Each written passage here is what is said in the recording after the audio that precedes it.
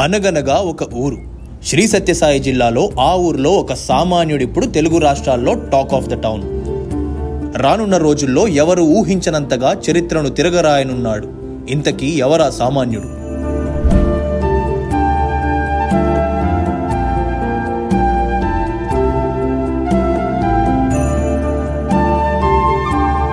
ఈరా లక్కప్ప మనం చెప్పుకోబోయే మన కథానాయకుడు. ఈరా లక్కప్ప ఒక ఉపాధి హామీ కూలీ.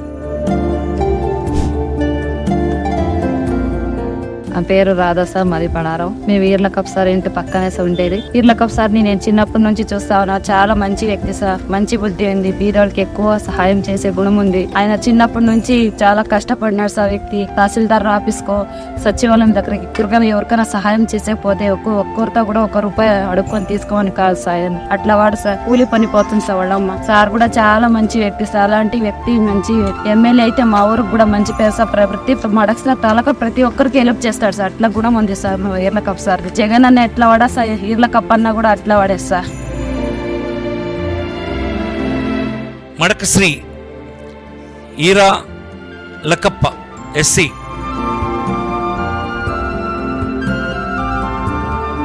ఆంధ్రప్రదేశ్ రాష్ట్ర ముఖ్యమంత్రి వర్యులు జగనన్న గారు, రాష్ట్ర మంత్రివర్యులు గౌరవనీయులు పెద్దలు రామచంద్రరెడ్డి అన్న గారు కడు నిరుపేద కుటుంబంలో జన్మించినటువంటి మమ్మల్ని చూసి వీరు మాకు సమన్వయకర్తగా ప్రకటించినారు. వారికి ఎల్లవేళలా మన జీవితాంతం రుణపడి ఉంటామని తెలియజేస్తున్నారు.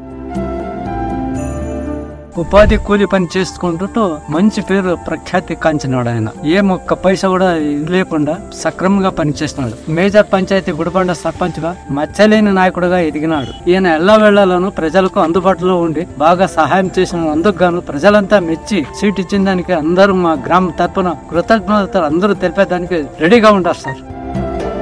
జగన్మోహన్ రెడ్డి గారు నా ఎస్టీ, నా ఎస్సీ, నా బీసీ, నా మైనారిటీ అని ఏదైతే చెప్తా ఉన్నాడో అది ప్రాక్టికల్ గా చేస్తా ఉన్నాడా లేదా అనే దానికి ఈ ఈర్లకప్ప గారే నిదర్శనం. పేదల పక్షపాతి అనే దానికి ఈ రాష్ట్ర ప్రజలందరికీ కూడా ఇదే నిదర్శనం.